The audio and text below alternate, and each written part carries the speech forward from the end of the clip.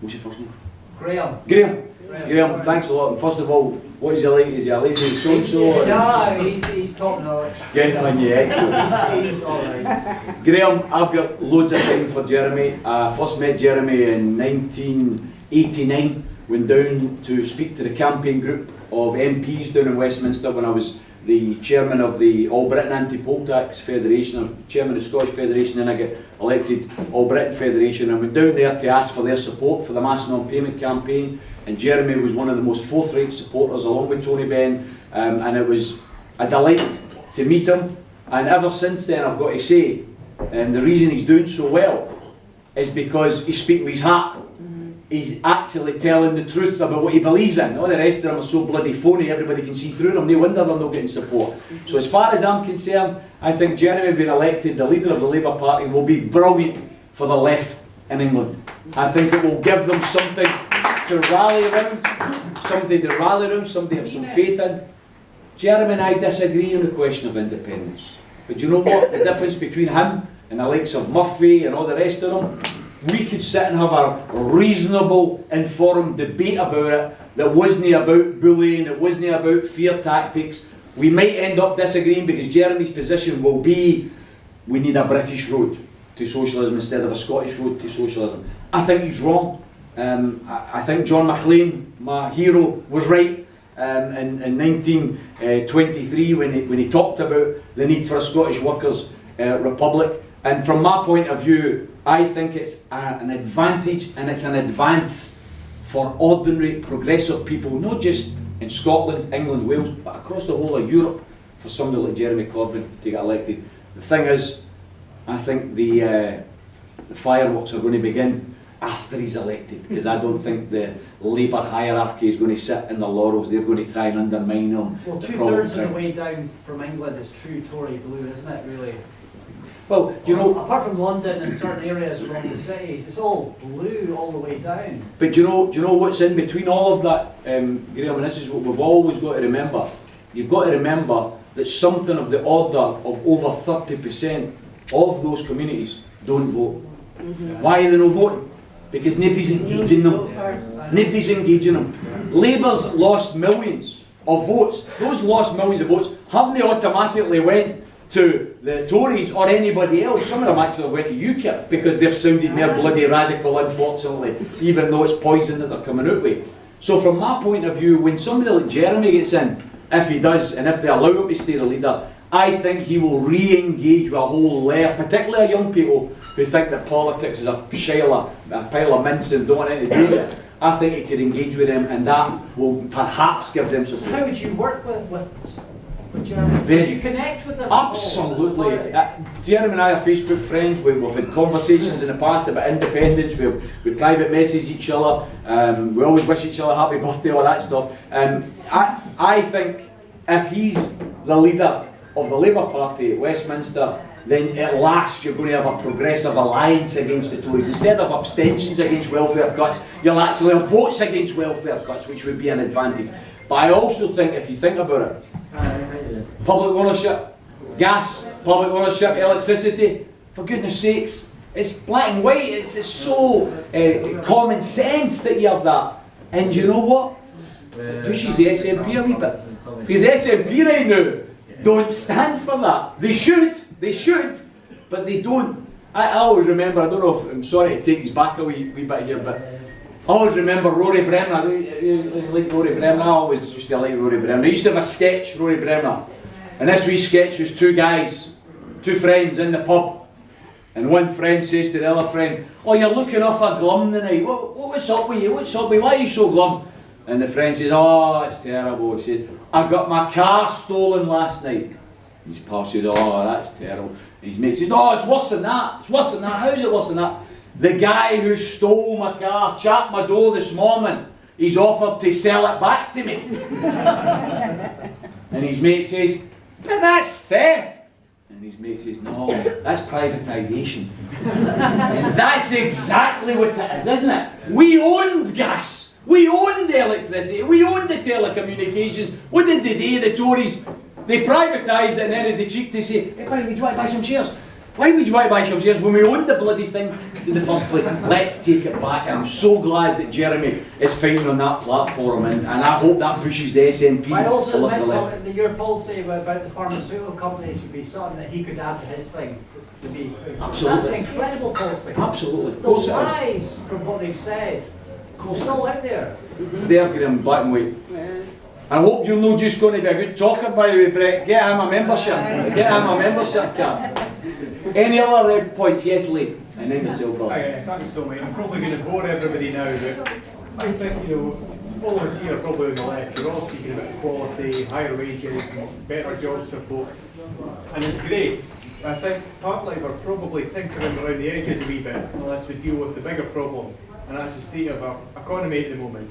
And I apologise for anybody who works in supermarkets here, but a lot of the jobs we've created, or this government's created, have been unpaid jobs, have been 0-hour contract jobs, have been temporary jobs, part-time. Those kind of jobs aren't great. You can't live off those kind of jobs. And if you go back 40, 50, 60, 70 years, we had manufacturing in Britain and in Scotland. We can go into things like mining and steelworks. And it sounds a bit of a cliche now, but it's a fact that you went into these jobs without any great qualifications. And they weren't just jobs you could have for a great length of time, they're also high-paying jobs. We don't have anything like that anymore, and we need to get to a situation where we can, let working class folk go into jobs where they don't have to have, qualifications up to their eyeballs, but they can go into jobs that are high-paying and do last a long time, aren't temporary. So how do we get to that kind of society and that kind of situation? Lee, I can't disagree with your analysis there, and what you're really talking about is retooling our country. What you're talking about is reskilling our country, because when we're talking about young people who used to go into shipyards, or young people who used to go into mines, or young people who used to go into the steel mills, they went in there without qualifications, but they came out with qualifications because they got apprenticeships, they got trained on the job, they got their papers, and it's from that point of view we've lost the idea of making things. Scotland used to be world renowned for making things. Why don't we get back to making things instead of answering the phone to each other? Because that's why you've got call centres all over the bloody place where seem to be, because we've got nice voices, get the call centres up in Scotland.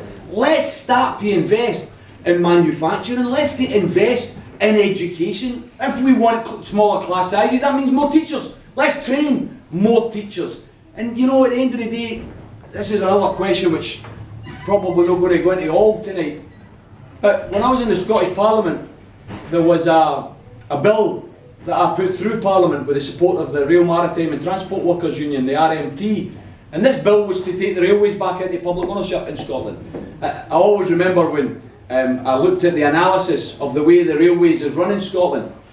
What they do is they say subsidy plus profit minus revenue, and that's what makes up the bills for how much you have to pay towards the railways. So profit, subsidy minus revenue. So the way you can bring down the subsidy is by increasing the prices that people pay.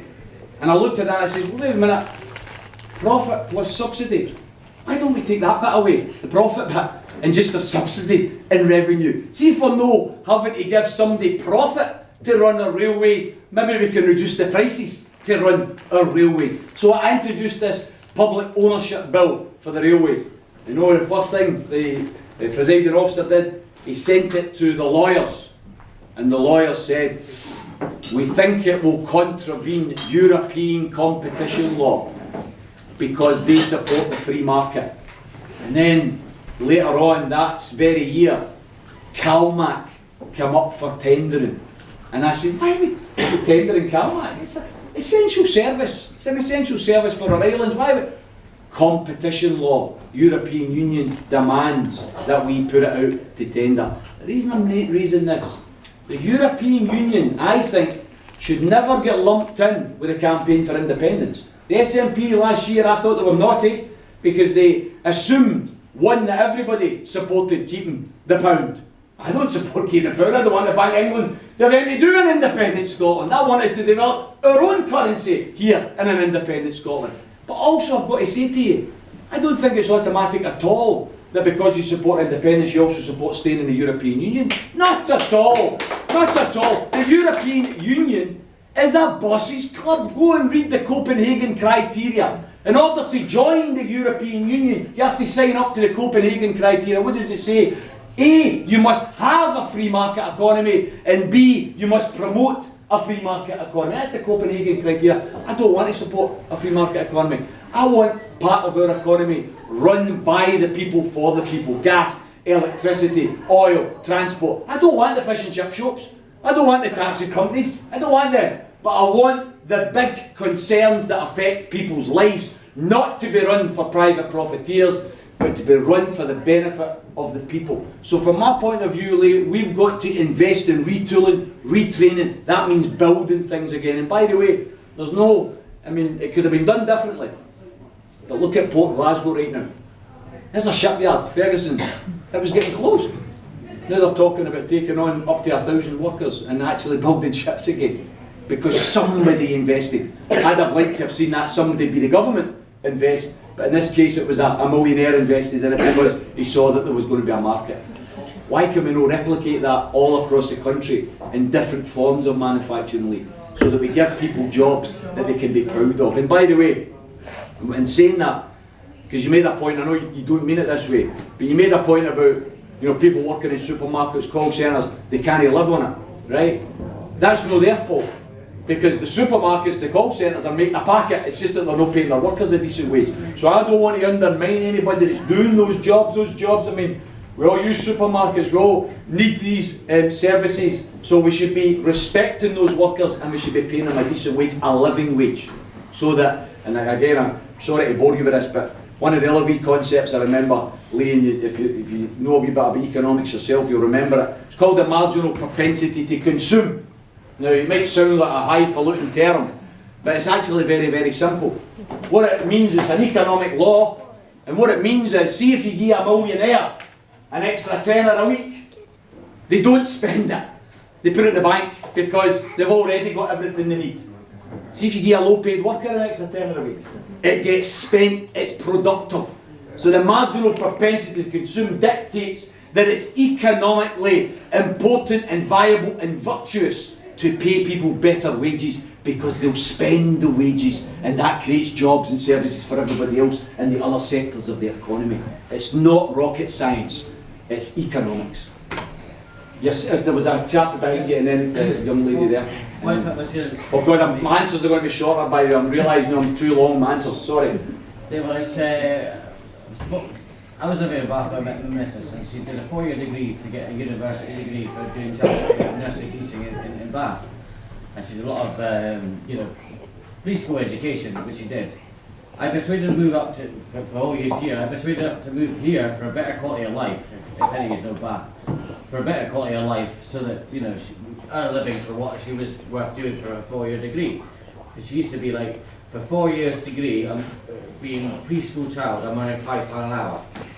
She's moved up to Aberdeen and we earn a lot, she's earned a little bit more. The problem being is people see preschool education and they're looking to see the cost of it, but they don't understand the people who are teaching in Scotland have got like 4-year degrees earning £5 an hour. She's on more than that now, she's on a decent wage now.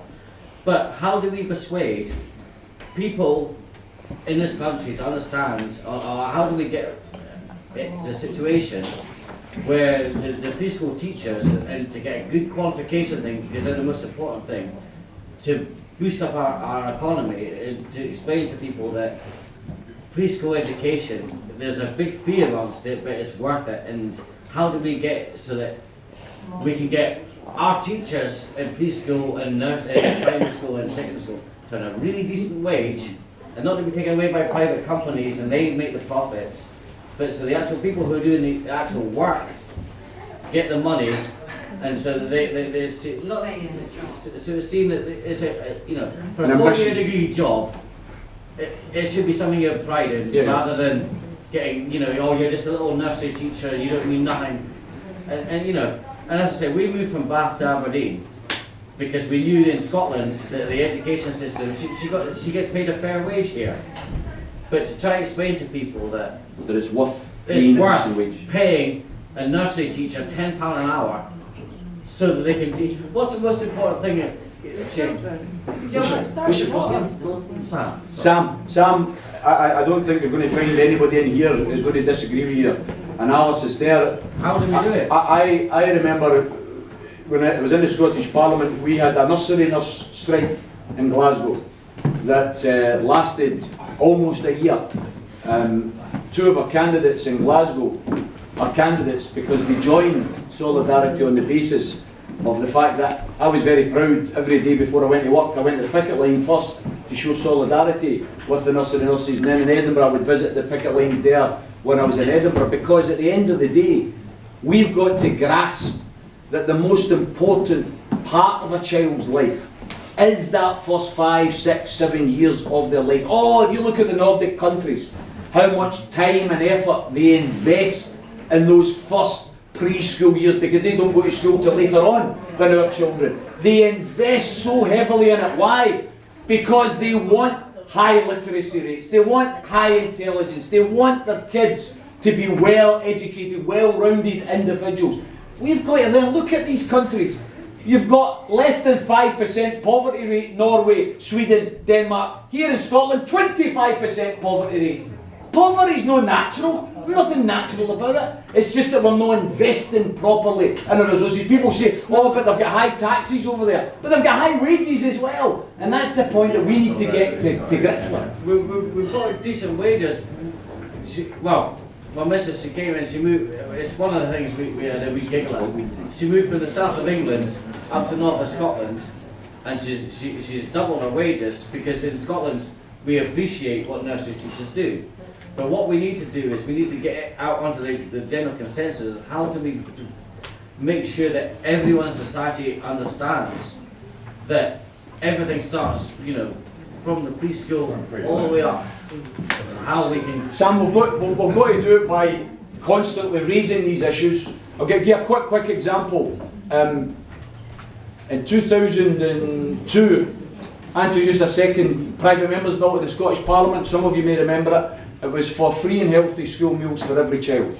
Right? Yes. I hated the idea, because I remember it from my own school days. I hated the idea that the kids who were poor get the free school meal ticket. Right? It was stigmatising, it was horrible. From my point of view, I wanted every child to get a free and a healthy, nutritious school meal.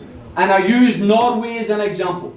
Norway used to have a worse coronary heart disease record than Scotland. Norway used to have a diabetes epidemic. Norway used to have a terrible diet. Norway is now the top country on the planet as far as diet is concerned. They've tackled their coronary heart disease, they've tackled their diabetes. What are we left with? We're left with terrible diabetes 2 problems. We're left with terrible dietary problems. And people used to say to me, oh, but you'll never change, you'll never change. How can you start changing if you don't start somewhere? You need to start somewhere. These things don't change overnight. It takes 10, 20 years before these things change. And that's what I would say about the point you're making, Sam. We need to lay the seeds of the importance of preschool education. We might not want it right away, but we're laying the seeds. When I laid the seeds for the free school meal bill, everybody laughed at me. The Liberal Democrats voted against it. Last year, the Liberal Democrats introduced it in England. How funny is that? It just shows you. When I lived in Bath, I had free school meals in Bath, and they used to have a thing called Diner Says Ava school meals are great. I was cynical. I went up to Edinburgh and had free school meals in Edinburgh, and they were fucking shocking, to be honest with you. Compared to what they were back. As a vegetarian in the 1980s, they tried to give me white pudding as a vegetarian option. I mean, it was like, what the fuck? However, and half it again is, with the free school thing is, in England they produce these really good free school meals, and then they got rid of all the Stuff. they got rid of it all, and they all went to. But it used to be in Edinburgh, it was shocking. I'm going to Would it not stop be you. worth a while for us to make sure that we make sure that in every primary school we've got a canteen that can cook home meals Absolutely. for everyone. And use local produce and everything. It's all there. It's common sense. Common In sense. England, when we went on free school meal things, we went away, we get given a packed lunch with crisps. Everything was made on site.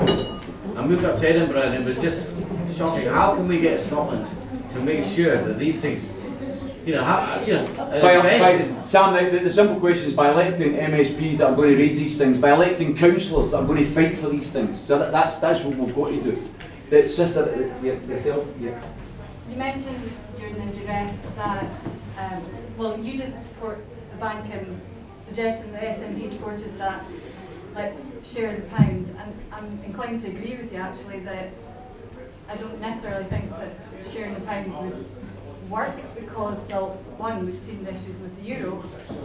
But what's the mechanics of disengaging, of, you know, that's what nobody seems to have an answer to. What's your views on that? What's your first name? Serena. Serena, it's very, very simple, Serena. My opinion is we should have fought the referendum on the basis that we were going to form our own Scottish currency.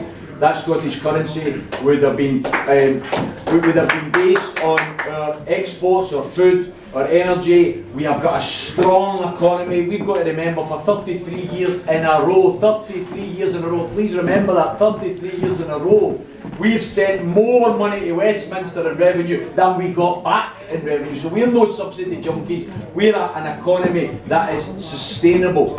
We could have built our own currency based on our economic output, and I think it would have grown. It would have been a very strong currency. What we should have done, in my opinion, is we should have announced that there would be a transitional period of 2 to 3 years where we would have shared the pound before moving to a Scottish currency. I think that would have undercut some of the arguments from the fearmongers that were saying, oh, but if you do that, if you keep with the pound, we won't really control our affairs. The Bank of England will still control interest rates. And they're right.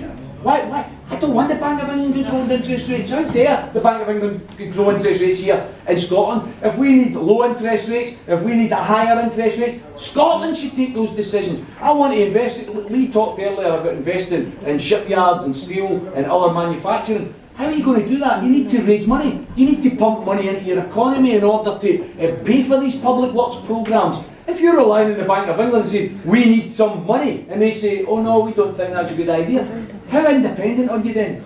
So from my point of view, I think we've got to take up that economic argument. I think I spoke to you earlier actually, just as a wee aside. I was over earlier with my wife Gail at the Lombardo across the road there having a snack before coming to the meeting, and there was a group of 4 lads talking a foreign language at the table. And being nosy as I was, I says to Gail, is that German they're talking? And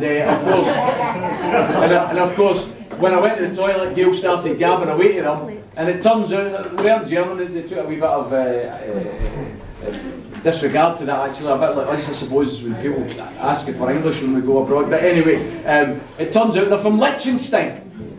Population of 36,000. But they're independent. And we think we can't be independent with 5 million. Come on, let's get a grip. I remember when Australia started using the dollar instead of the pound, and oh my God, how Australia failed. I know that never happened. Sorry about that. Thanks, brother. There was a chap at the back, and then yourself at the back, and then. Hi, Sandy. Hi, Sandy. You touched on corporate power, Tommy, with respect to the pharmaceutical and big pharma. Others have spoken already about the food industry. Scotland has the worst diet, mental physical health record in the world. Solidarity, there has to be some influence on the food that we're eating from the state, because it's the very food that we eat is causing enormous amounts of. And it's actually a very interesting point about the preschool meals. Can you expand upon that? Solidarity's belief is that our food industry needs much more regulation. The food manufacturers, in particular the supermarkets, have got a monopoly.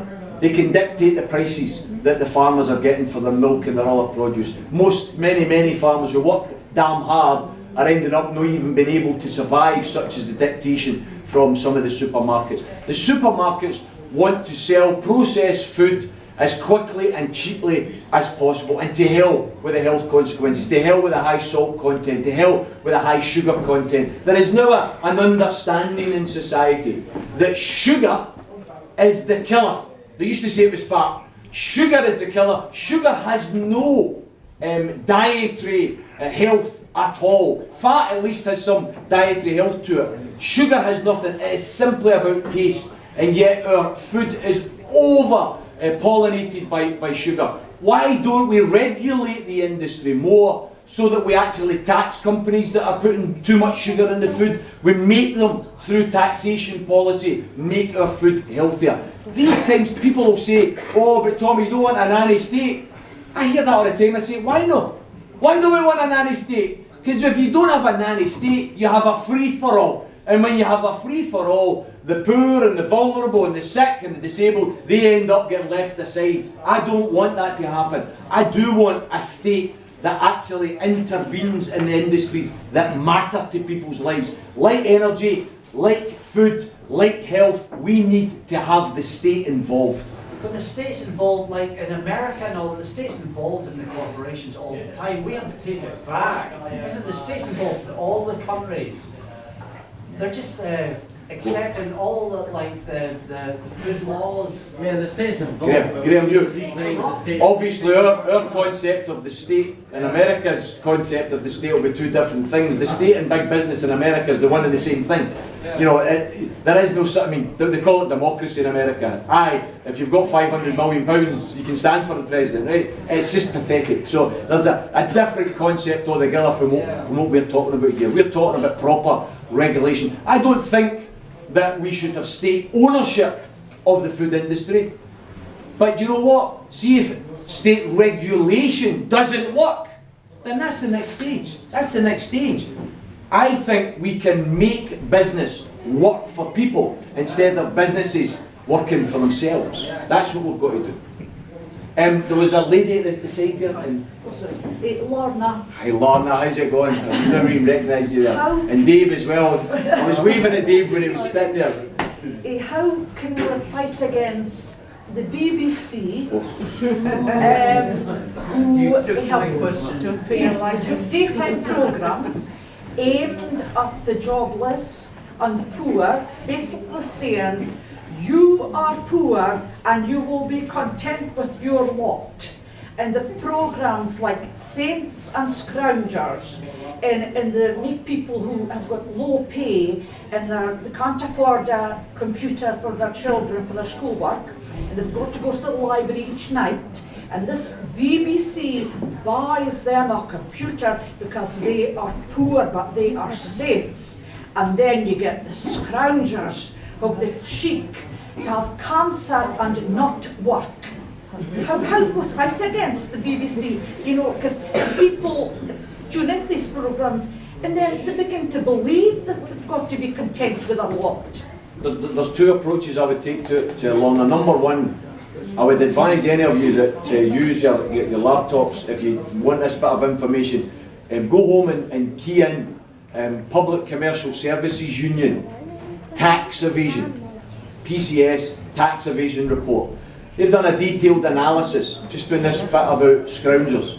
A detailed analysis which shows every single year across the UK, £120,000 million uncollected tax from the rich and the millionaires, from the corporations, the companies like Boots, the companies who think that they can get away with the taxes for the little people. We've got to turn the spotlight on the real tax evaders. It's no ordinary people, it's the big corporations and the millionaires. The second approach I would take longer, obviously the BBC needs to be completely and utterly overhauled. We need a Scottish broadcasting corporation. It is completely and utterly biased. I've been watching up until, I don't know how it went today, but up until recently, every single day of this week, I've been spewing blood at the commentators on the BBC talking about the migrant crisis, the BBC. This is toffs sitting in some boardroom deciding editorial lines that their commentators should take. Instead of talking about human beings, instead of talking about refugees, migrants. It's a bloody disgrace. We own the bloody thing. So we need a complete overhaul. We need a Scottish Broadcasting Corporation. But I've also got to say this to you. Let's be clear. we've also got a weapon now that we didn't have before, and it's called the social media. Because let's face it, the referendum campaign, if it had been left to the mainstream media, think about it, 19 bloody newspapers in Scotland